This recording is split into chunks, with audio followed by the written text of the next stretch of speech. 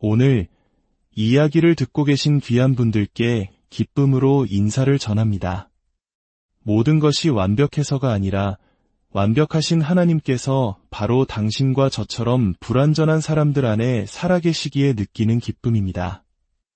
이 메시지를 본격적으로 시작하기 전에 잠시 시간을 내어주시겠습니까? 만약 오늘 이 이야기가 당신의 마음에 작은 울림이라도 준다면 구독과 좋아요를 통해 그 빛을 나누어 주십시오. 당신의 작은 손길이 또 다른 누군가에게는 큰 위로와 희망이 될 수 있습니다. 이 은혜를 나누는 모든 분들의 삶에 하나님의 축복이 가득하기를 기도합니다. 이제 제 마음을 여전히 깊이 울리는 한 실화 속으로 여러분을 초대하고자 합니다. 인생의 무게에 짓눌려 살아가던 한 청년이 있었습니다. 그는 어린 시절부터 거절의 아픔 속에서 자랐고 중독이라는 어두운 그림자 속을 헤맸으며 세상은 끊임없이 그에게 넌 부족해라고 소리치는 듯했습니다. 그는 보이지 않는 존재처럼 투명인간처럼 살았습니다. 긍정의 말을 되뇌어보고 심리 상담을 받고 종교에도 의지해보았지만 마음속 깊은 공허함은 채워지지 않았습니다. 어느 날 인생의 가장 밑바닥에 주저앉아 있던 그는 조용한 교회 안으로 우연히 발을 들였습니다. 찬양대의 노랫소리도 왁자지껄한 사람들의 소리도 없이 오직 침묵만이 가득한 공간이었습니다. 그리고 그 고요함 속에서 그는 하나의 속삭임을 들었습니다. 밖에서 들려오는 소리가 아니라 자신의 가장 깊은 내면에서 울려 퍼지는 음성이었습니다. 너는 내 것이다. 내가 내 안에 산다. 그 순간은 낡고 병든 과거의 그가 죽고 하나님이 멀리 하늘에만 계신 분이 아니라 바로 자신의 안에 계시다는 진리를 마침내 깨달은 새로운 사람으로 다시 태어나는 순간이었습니다. 자, 이제 당신에게 아주 솔직하고 근원적인 질문을 하나 던지고 싶습니다. 만약 당신이 하나님의 영, 즉 성령님께서 당신 안에 살아계심을 진정으로 믿는다면 당신의 삶은 어떻게 달라지겠습니까? 여전히 세상의 허락을 구하며 당신의 빛을 감추고 있겠습니까? 다른 사람들을 불편하게 만들까 봐 당신의 잠재력을 움츠린 채 조심스럽게 인생을 살아가겠습니까? 아니면 당신이 본래 태어난 모습 그대로 왕과 같이 여왕과 같이 당당하게 일어서시겠습니까? 잠시 멈추어 이 질문이 당신의 영혼 깊숙이 스며들게 해보십시오. 오늘 저는 당신 안에 잠들어 있는 무언가를 깨우기 위해 이 자리에 섰습니다. 당신은 평범한 존재가 아니라는 사실을, 그저 그런 이름 중 하나가 아니라는 사실을 다시 한번 일깨워드리고 싶습니다. 당신은 지극히 높으신 하나님의 살아 숨쉬는 그릇이며 그분의 성전입니다. 이것은 그저 듣기 좋은 동기부여용 이야기가 아닙니다.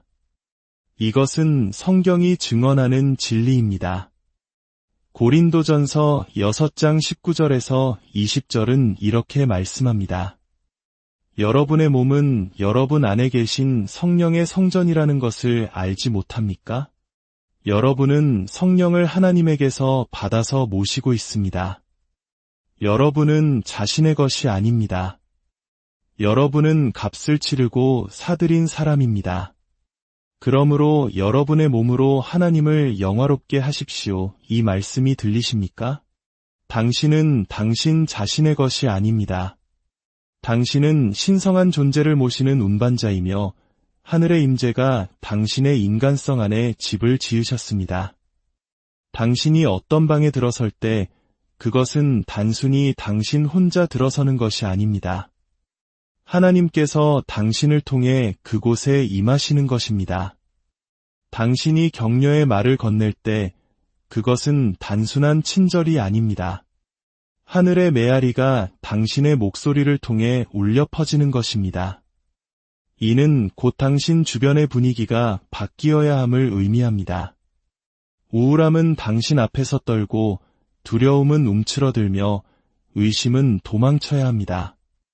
이것은 당신이 대단해서가 아니라 당신 안에 계신 분이 위대하시기 때문입니다. 물론 인생의 시련이 우리로 하여금 이 진리를 잊게 만든다는 것을 압니다. 실망은 진리를 묻어버리고 고난은 우리 눈을 가려 내 안의 신성을 보지 못하게 합니다. 하지만 만약 우리가 그 장막을 걷어내고 겉모습이 아닌 내면에서부터 하나님께서 우리를 보시는 것처럼 우리 자신을 바라볼 수 있다면 우리는 결코 다시는 작고 초라하게 살아가지 않을 것입니다. 하나님께서 당신 안에 계심을 알 때 당신의 걸음걸이가 달라집니다. 당신의 말에는 권위가 실리고 당신의 꿈에는 두려움이 사라지며 당신의 사랑에는 불안함이 없습니다. 제가 처음에 이야기했던 그 청년, 그는 이제 한 가정의 아버지가 되었고 공동체의 리더가 되었으며 사람들을 세우는 사람이 되었습니다. 왜일까요? 인생이 쉬워져서가 아닙니다.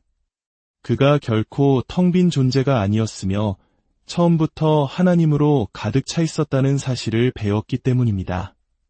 그래서 저는 오늘 당신에게 도전합니다. 내일도, 내년도 아닌 바로 오늘, 하나님께서 당신 안에 계신 것처럼 행동하십시오. 왜냐하면 그것이 진실이기 때문입니다. 당신이 이 사실을 온전히 믿기 전까지 당신은 하늘이 이미 당신에게 선포한 축복보다 낮은 수준의 삶을 살게 될 것입니다. 우리의 여정은 이제 시작입니다. 하지만 우리는 여기서부터 출발해야 했습니다. 당신의 영혼에게 당신이 성령의 집이라는 사실을 다시 한번 상기시켜야 했습니다. 만약 전능하신 분이 당신 안에 사신다면 어찌 감히 무력하게 살아갈 수 있겠습니까? 하나님의 음성이 당신의 삶을 통해 울려 퍼지고 있는데 어찌 감히 침묵할 수 있겠습니까? 오늘 이 진리를 깨웁시다. 당신의 남은 인생은 이 깨달음에 달려있기 때문입니다. 당신은 혼자가 아닙니다. 당신은 약하지 않습니다. 당신은 평범하지 않습니다. 당신은 하나님의 거처입니다. 이 진리가 당신의 가장 깊은 곳에 자리 잡게 하시고 다시는 이전과 같은 모습으로 걷지 마십시오. 이 신성한 내주, 즉 하나님께서 우리 안에 거하신다는 진리를 조금 더 깊이 탐험해 보겠습니다. 이것은 단순히 강력한 개념이 아니라 삶을 송두리째 바꾸는 변혁적인 진실입니다. 우리가 하나님께서 우리 안에 사신다고 말할 때 그것은 비유적인 표현이 아닙니다. 상징적인 이야기도 아닙니다. 그것은 우리의 모든 것을 바꾸는 영적인 실제입니다. 당신의 생각, 행동, 고난을 견디는 방식, 그리고 당신의 소명을 향해 나아가는 발걸음까지 모든 것을 변화시킵니다. 만약 당신이 하늘과 땅을 지으신 창조주께서 당신 안에 거하신다는 사실을 진정으로 깨닫는다면 주저함과 망설임은 더 이상 당신의 마음에 자리 잡을 곳이 없을 것입니다. 그렇다면 하나님께서 당신 안에 사신다는 것은 진정으로 무엇을 의미할까요? 그것은 당신이 단순히 살과 피로 이루어진 존재 이상이라는 뜻입니다. 당신은 그저 하루하루를 버텨내는 사람이 아니라 영광을 품은 성전이며 신성한 능력을 담은 그릇입니다. 창세기 2장 7절은 이렇게 기록합니다. 주 하나님이 땅의 흙으로 사람을 지으시고 그의 코에 생명의 기운을 불어넣으시니 사람이 생명체가 되었다. 이 말씀의 의미를 아시겠습니까? 우리는 단지 하나님에 의해 만들어진 존재가 아닙니다. 우리는 하나님께서 직접 생명의 숨결을 불어넣으신 존재입니다. 그분의 숨결, 그분의 영이 바로 우리 생명의 근원이 된 것입니다. 이것은 종교가 아니라 관계입니다. 이것은 신성한 연합입니다.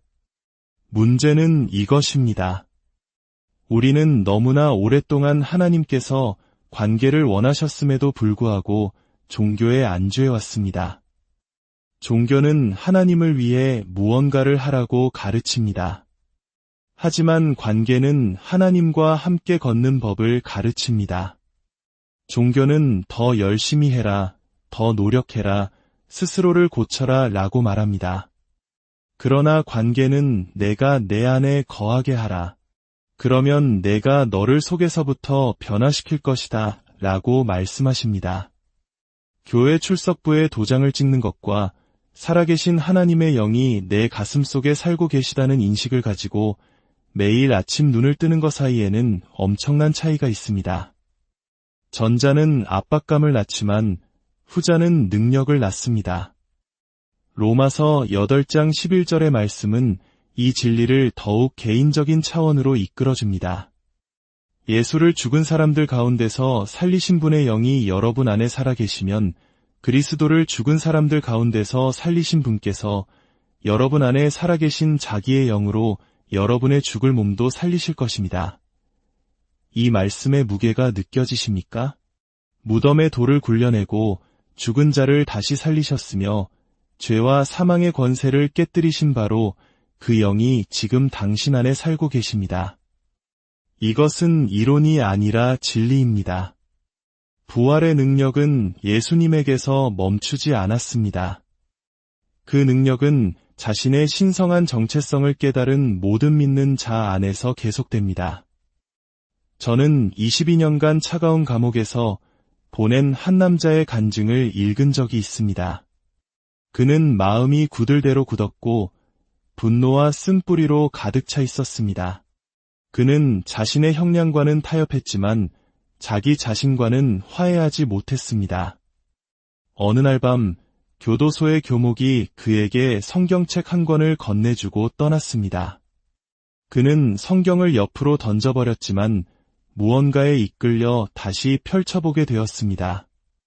그는 로마서를, 요한복음을, 그리고 갈라디아서를 읽어 내려갔습니다.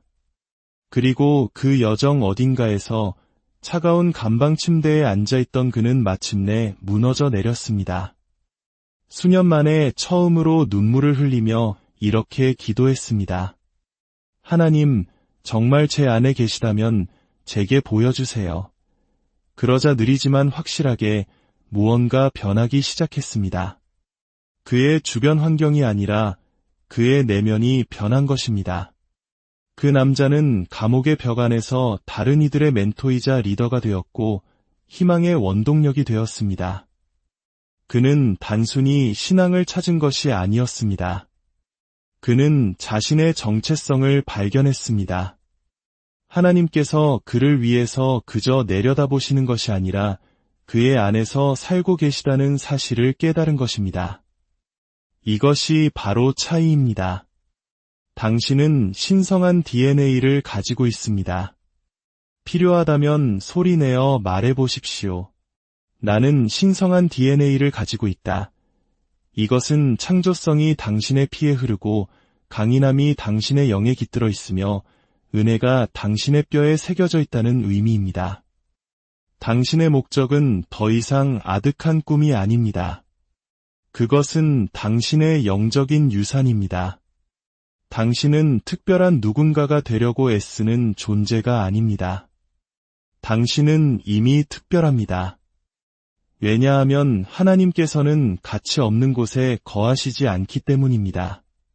그분께서 당신을 당신의 거처로 삼으셨다는 것은 당신이 황금보다 더 귀한 가치를 지녔다는 의미입니다.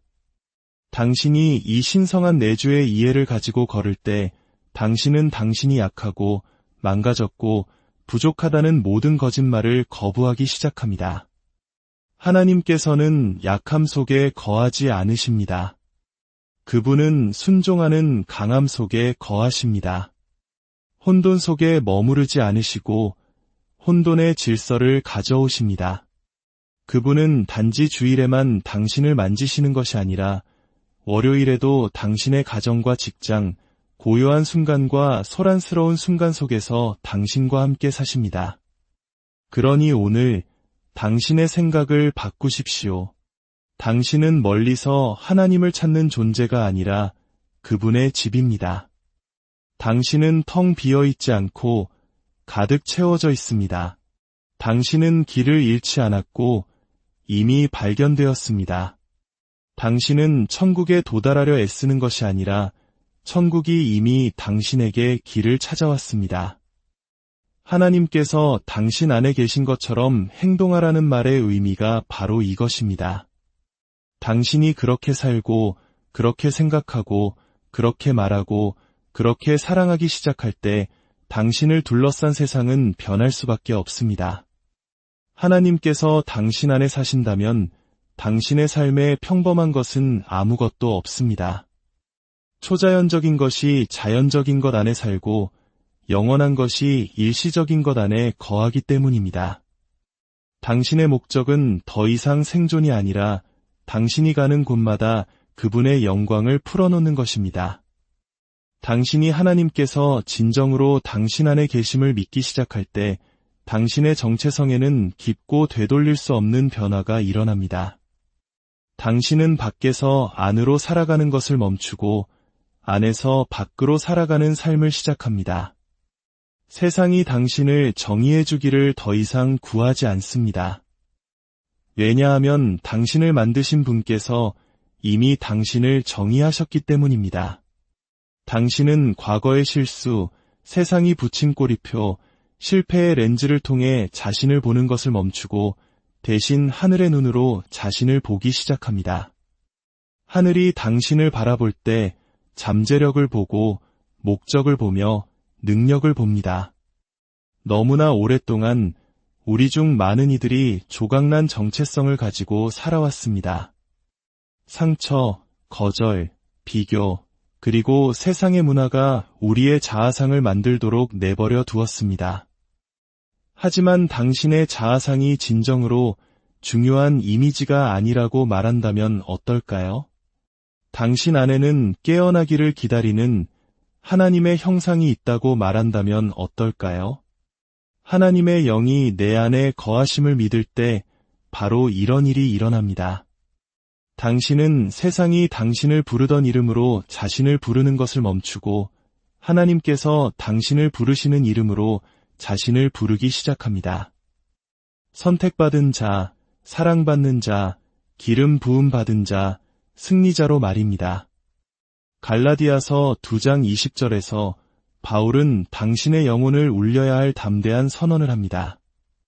나는 그리스도와 함께 십자가에 못 박혔습니다. 이제 살고 있는 것은 내가 아닙니다. 그리스도께서 내 안에서 살고 계십니다. 내가 지금 육신 안에서 사는 삶은 나를 사랑하셔서 나를 위하여 자기 몸을 내어주신 하나님의 아들을 믿는 믿음 안에서 사는 것입니다. 들으셨습니까? 이제 살고 있는 것은 내가 아니다. 그리스도께서 내 안에서 살고 계신다. 이것이 바로 정체성의 변화이며 진정한 능력입니다. 제가 만난 한 여인의 이야기를 해드리겠습니다. 그녀는 수년간 두려움에 사로잡혀 살았습니다. 그녀에게는 사람들 앞에 서서 희망을 말하고 상처 입은 마음을 치유하는 강력한 꿈과 비전이 있었습니다. 하지만 기회가 올 때마다 그녀는 얼어붙었습니다. 손이 떨리고 목소리는 사라졌으며 뒤로 물러서기 일쑤였습니다.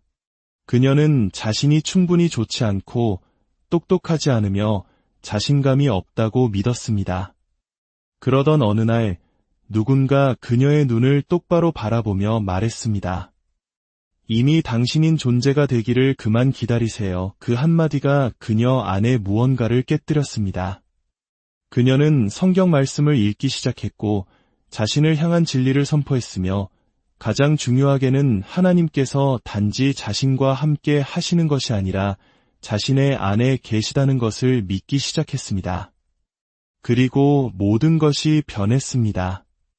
오늘날 바로 그 여인은 청중 앞에서 담대하게 섭니다. 두려움이 사라졌기 때문이 아니라 그녀의 정체성이 그녀의 불안감보다 더 커졌기 때문입니다. 그녀는 더 이상 자신의 목소리에 의지하지 않고 그분의 목소리로 말합니다. 자신의 자신감으로 서는 것이 아니라 그분의 권위 안에 섭니다. 왜냐하면 그녀는 자신의 안에 누가 사시는지 알기 때문입니다. 당신의 가치는 당신의 배경이나 은행 계좌 혹은 SNS 팔로워 수에서 오지 않습니다. 당신의 가치는 당신의 창조주로부터 옵니다. 당신의 중요성은 얼마나 많은 사람이 당신을 좋아하느냐에 달려있는 것이 아니라 하나님께서 당신 안에 사신다는 사실에 달려 있습니다.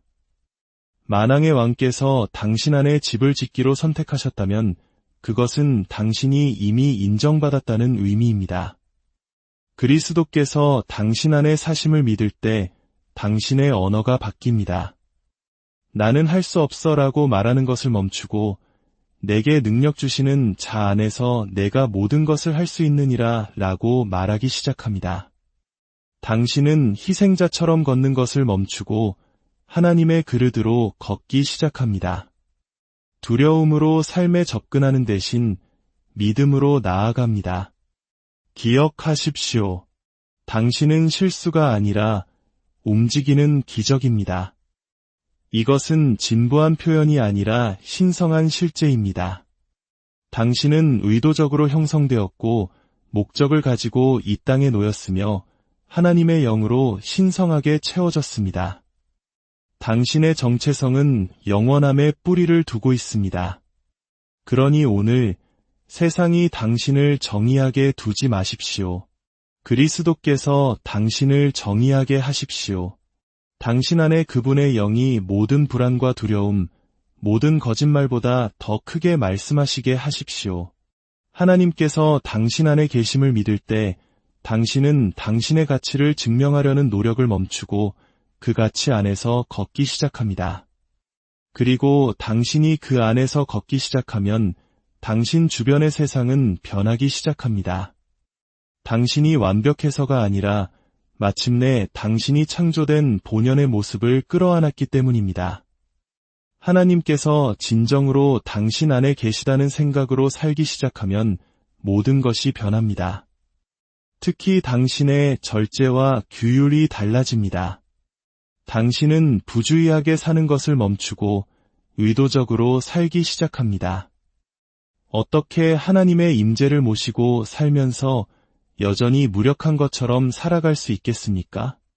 어떻게 신성한 권위를 지니고 있으면서 당신의 삶이 무질서하게 흘러가도록 내버려 둘 수 있겠습니까?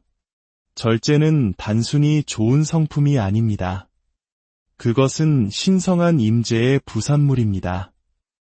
살아계신 하나님의 영이 내 안에 거하심을 아는 사람에게서 자연스럽게 맺히는 열매입니다. 많은 사람들이 절제라는 단어를 들으면 즉시 제약이나 처벌을 떠올립니다. 하지만 저는 더 나은 관점을 제시하고 싶습니다. 절제는 부정이 아니라 조율입니다. 그것은 당신의 시간, 생각, 말, 습관, 당신의 삶 전체를 당신 안에 사시는 하나님과 일치시키는 과정입니다. 디모데후서 1장 7절에서 바울은 우리에게 상기시킵니다. 하나님께서는 우리에게 두려워하는 마음을 주신 것이 아니라 능력과 사랑과 절제하는 마음을 주셨습니다. 여기서 절제하는 마음이 바로 자기 통제, 즉 규율입니다. 자기 절제는 당신 자신의 힘으로 쥐어짜내는 것이 아닙니다. 하나님께서 주시는 것입니다. 그것은 영적인 것이며 당신의 정체성과 그분의 임재로부터 흘러나옵니다. 거의 10년 동안 중독과 싸워온 한 남자를 예로 들어보겠습니다. 그는 벗어나려고 노력할 때마다 다시 무너졌습니다. 그는 그런 자기 자신을 미워했습니다. 해독 프로그램, 격리, 심지어 금식까지 시도했지만 아무것도 변하지 않았습니다. 그러다 그는 매일 아침 한 가지를 선포하기 시작했습니다. 하나님께서 내 안에 사신다. 그러므로 나에게는 통제할 힘이 있다. 처음에는 느껴지지 않았고 의심도 들었지만 그는 계속해서 고백했습니다. 그의 마음이 그것을 믿고 그의 영혼이 그것에 동의할 때까지 말입니다. 그러자 그의 습관이 변하기 시작했습니다. 갈망은 약해지고 자신감은 커졌습니다. 그는 단순히 중독에서 걸어 나온 것이 아니라 자기 자신을 다스리는 경지로 들어섰습니다. 그가 강해서가 아니라 마침내 그의 안에 있는 능력에 의지했기 때문입니다. 당신이 하나님의 목적을 이루기 위해서는 절제가 반드시 필요합니다. 시간을 낭비하면서 그것을 은혜라고 부를 수 없습니다. 불장난을 하면서 하나님의 자비를 구할 수는 없습니다. 그분께서 당신 안에 사심을 할 때 당신은 당신의 시간을 신성하게 대하기 시작합니다. 함부로 말하는 것을 멈추고 당신의 마음에 누가 접근할 수 있는지 신중하게 평가하며 생각이 당신의 삶을 통제하기 전에 당신이 생각을 통제합니다. 왜냐하면 신성한 임재는 신성한 질서를 요구하기 때문입니다. 이것은 완벽해지는 것에 대한 이야기가 아닙니다. 의도적으로 사는 것에 대한 이야기입니다. 매일, 매 순간 성령 안에서 걷는 것입니다. 갈라디아서 5장에서 바울이 묘사한 성령의 열매 중 마지막이 바로 절제입니다. 당신 안에 계신 성령님을 더 많이 인식할수록 자기 통제는 더욱 자연스러워집니다. 그것은 억지로 하는 행동이 아니라 영적인 열매입니다. 왕이 당신의 집에 물리적으로 살러 온다고 상상해 보십시오. 당신은 그 공간을 어떻게 대하겠습니까? 그 분위기를 어떻게 지키겠습니까? 당신의 시간과 대화, 집중력을 어떻게 관리하겠습니까? 그런데 그분은 당신의 집이 아니라 바로 당신 안에 사십니다. 당신의 몸, 마음, 영혼은 신성한 공간입니다. 그곳은 질서와 청지기 정신, 그리고 절제를 받을 자격이 있습니다. 그러니 오늘 이렇게 생각의 전환을 이루십시오. 당신은 절제력이 없는 사람이 아닙니다. 당신은 약하지 않습니다. 당신은 반복되는 실패의 굴레에 갇혀 있지 않습니다. 당신은 능력과 사랑, 그리고 자기 통제력을 지니고 있습니다. 당신은 하나님 안에 살기 위해 자신을 단련하는 것이 아닙니다. 그분께서 이미 당신 안에 사시기 때문에 자신을 단련하는 것입니다. 당신은 인정을 받기 위해 일하는 것이 아니라 그 임재를 인식하며 걷는 것입니다. 그리고 그 인식이 모든 것을 변화시킵니다. 하나님께서 당신 안에 사신다는 것을 이해하게 되면 당신은 더 이상 일상의 업무를 평범하게 대하지 않습니다. 당신은 사업, 사역, 가정, 학교에서의 모든 과업을 신성한 임무로 보기 시작합니다. 단순히 월급을 벌기 위해 출근하는 것을 멈추고 하늘의 탁월함을 지니고 있기에 일터에 나아갑니다. 당신의 삶 자체가 메시지가 되고 당신의 생산성이 예배가 됩니다. 하나님께서 당신 안에 거하실 때 평범함은 불편해지고 게으름은 용납할 수 없게 되며 목적은 타협할 수 없는 것이 됩니다. 당신의 직업, 기술, 아이디어, 창의력, 그 모든 것이 단순한 생존수단 이상이라면 어떨까요? 하나님께서 그것을 통해 당신 안에 영광을 나타내고 계신다면 어떨까요? 그래서 골로새서 3장 23절은 말합니다. 무슨 일을 하든지 사람에게 하듯이 하지 말고 주님께 하듯이 진심으로 하십시오. 문제는 너무나 많은 신자들이 재능은 있지만 게으르고 부르심은 받았지만 일관성이 없으며 기름 부음은 받았지만 무질서하다는 것입니다. 그리고는 왜 결과를 보지 못하는지 의아해합니다. 행동 없는 기름 부음은 낭비된 잠재력이며 생산성 없는 임재는 하나님을 욕되게 하는 것입니다. 하나님께서 당신 안에 그분의 영을 두셨다면 그분은 불만 기대하시는 것이 아니라 열매를 기대하십니다. 선포뿐만 아니라 성실함을 기대하십니다. 당신은 변명을 계속 만들 것입니까? 아니면 진전을 이루기 시작할 것입니까? 언젠가라고 계속 말할 것입니까? 아니면 오늘이 주님께서 만드신 날이며 그분께서 이유 없이 당신의 폐에 숨을 불어넣지 않으셨음을 인식할 것입니까? 당신에게는 써야 할 책이 있고 세워야 할 아이디어가 있으며 전해야 할 메시지와 만져야 할 삶들이 있습니다.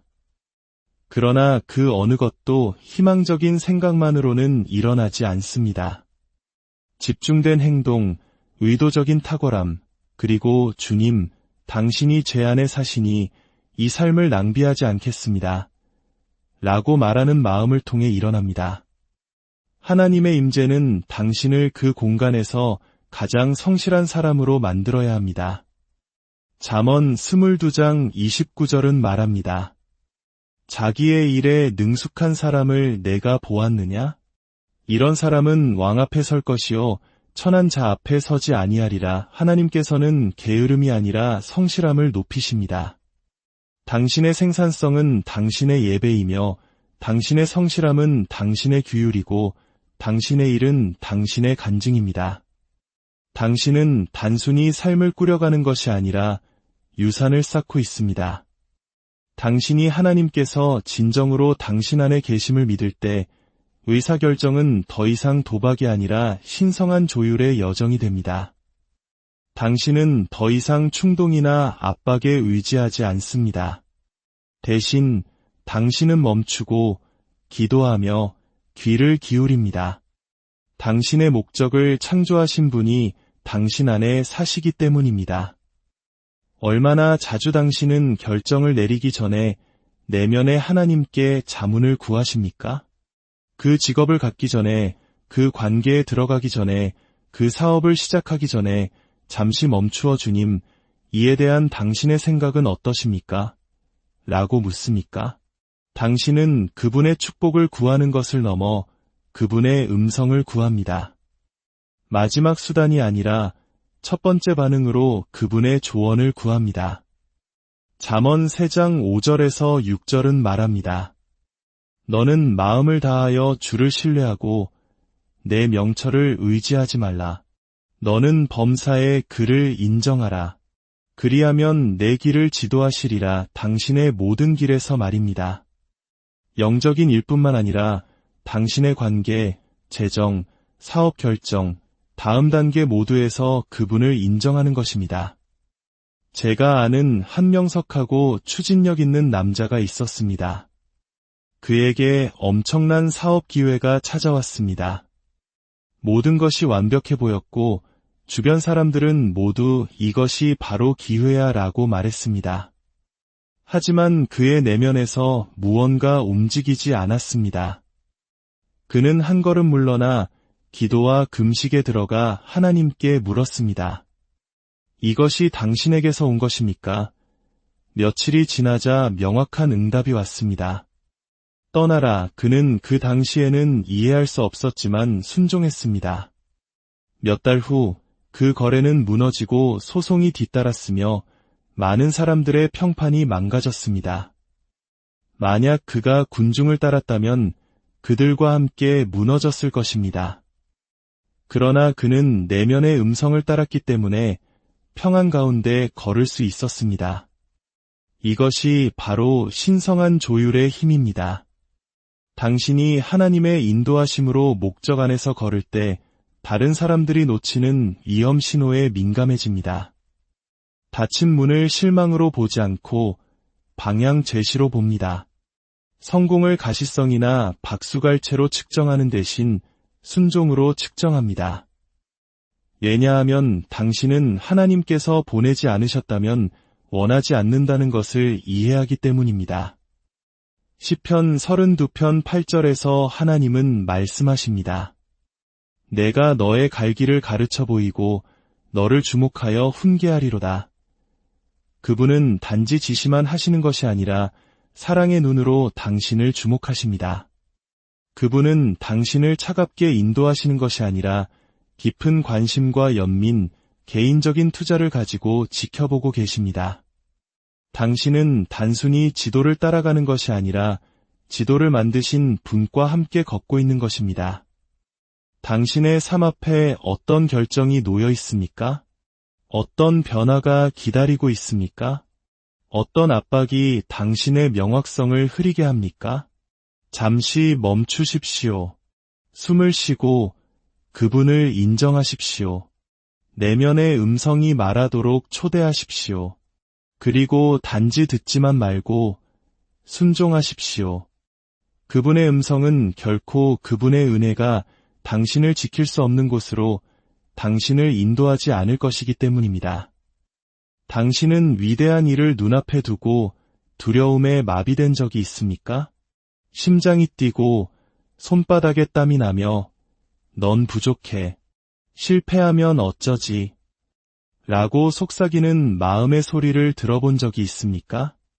하지만 당신은 결코 당신 자신의 용기로 삶을 마주하도록 만들어지지 않았습니다. 당신에게 필요한 확신은 이미 당신 안에 살고 있습니다. 왜냐하면 하나님께서 당신 안에 계시기 때문입니다. 그 진리가 당신의 영에 닿을 때 두려움은 더 이상 당신의 삶을 지배하지 못합니다. 소심함이 아니라 담대함이 당신의 목임을 이해하게 됩니다. 당신은 용기를 찾을 필요가 없습니다.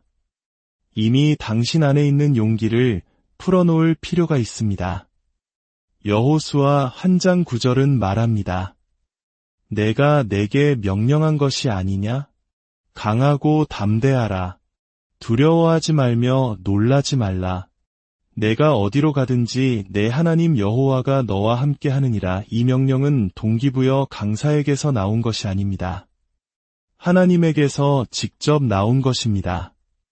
그리고 그분은 두려움이 없는 사람에게 말씀하신 것이 아니었습니다. 여호수아는 모세의 뒤를 이어 막중한 책임감을 느끼고 있었습니다. 하지만 하나님께서는 강하게 느껴라라고 말씀하지 않으시고 강하라고 명령하셨습니다. 왜냐하면 용기의 원천은 여호수아의 성격이 아니라 하나님의 임재에 있었기 때문입니다. 마찬가지로 당신의 담대함은 당신이 얼마나 자신감을 느끼느냐와는 아무 상관이 없으며 누가 당신 안에 거하시느냐와 모든 것이 관련되어 있습니다. 당신은 말이 없고 내성적이며 불확실할 수 있습니다. 하지만 살아계신 하나님의 영이 당신 안에 계시다면 당신은 신성한 권위를 지니고 있습니다. 당신은 다르게 방에 들어가고 다르게 기회에 임하며 불편할 때 말하고 불확실할 때도 움직입니다. 이 모든 것을 행하며 당신은 압니다. 나는 혼자가 아니다. 나는 평범하지 않다. 하나님께서 나와 함께 내 안에 계신다. 빌립보서 4장 13절은 말합니다. 내게 능력 주시는 자 안에서 내가 모든 것을 할 수 있느니라. 나의 재능이나 경험, 사람들의 인정을 통해서가 아니라 그리스도를 통해라고 말합니다. 당신의 용기는 바로 그곳에 있습니다. 믿음의 담대함은 두려움을 느끼지 않는다는 의미가 아닙니다. 두려움에 순종하지 않는다는 의미입니다. 두려움이 문을 두드릴 수는 있지만 문을 열어줄 필요는 없습니다. 사람들이 당신의 삶을 볼 때 무엇을 봅니까? 당신의 삶은 어떤 사람들이 읽는 유일한 성경이 될 수 있습니다. 하나님께서 정말 당신 안에 사신다면 그분의 임재의 열매가 당신의 관계, 태도, 선택, 말에서 드러나야 하지 않겠습니까? 하나님께서 내 안에 사실 때 그분은 숨지 않으시고 빛나십니다. 예수님은 마태복음 5장에서 말씀하셨습니다. 너희는 세상의 빛이라. 너희 빛이 사람 앞에 비치게 하여 그들로 너희 착한 행실을 보고 하늘에 계신 너희 아버지께 영광을 돌리게 하라. 박수갈채나 인정을 위해서가 아니라 하나님께서 영광 받으시도록 당신의 빛을 비추십시오. 당신에게 깊은 상처를 준 사람을 용서할 때, 자격 없는 사람에게 친절을 베풀 때, 이익 대신 정직을 선택할 때, 타협을 찬양하는 세상에서 순결하게 걸을 때, 당신은 하나님께서 당신을 통해 빛나시게 하는 것입니다. 당신의 삶이 하나님을 반영하는 것은 완벽해지는 것에 대한 것이 아니라 온전히 내어드리는 것에 대한 것입니다. 그것은 그분의 영이 당신의 반응을 빚어가시도록 허락하는 것입니다. 부족할 때 빨리 회개하고 험담하고 싶을 때 은혜를 선택하는 것입니다.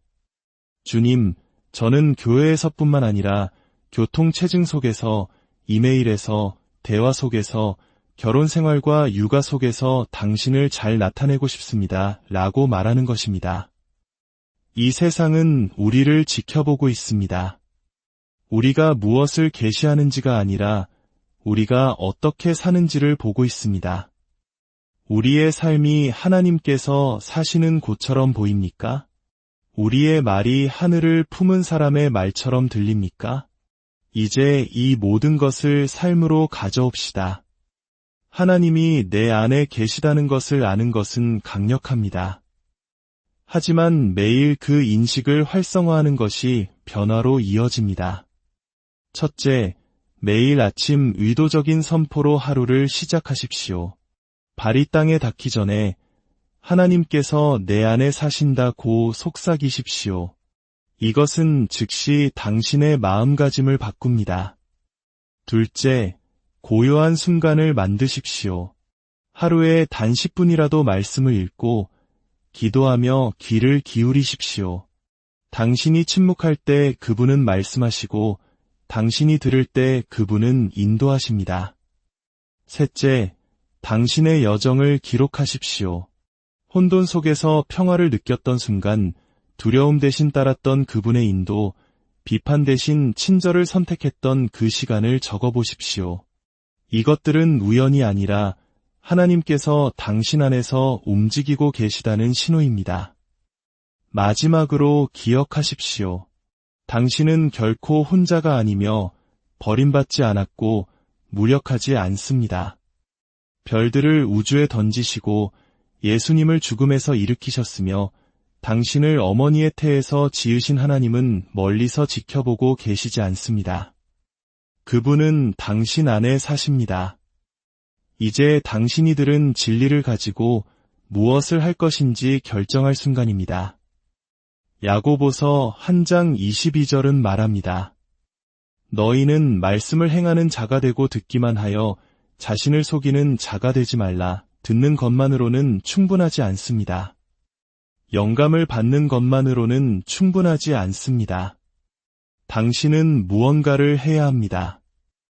이번 주에 당신이 진정 누구인지를 반영하는 담대한 발걸음 하나를 내디드십시오. 원한을 품었던 사람을 용서하는 것일 수도 있고 하나님께서 계속 마음을 주셨던 그 프로젝트를 마침내 시작하는 것일 수도 있습니다. 두려움이 지배했던 곳에서 용기를 내어 나아가는 것일 수도 있습니다. 당신의 행동이 당신의 깨달음을 메아리치게 하십시오. 하나님께서 내 안에 사신다. 나는 더 이상 작게 살지 않으리라 이제 당신은 압니다. 그리고 한번 알게 된 진리는 결코 잊을 수 없습니다. 당신은 평범하지 않습니다. 당신은 혼자가 아닙니다. 당신은 약하지 않습니다. 하나님께서 당신 안에 계십니다. 그러니 그렇게 살고, 그렇게 말하고, 그렇게 움직이십시오.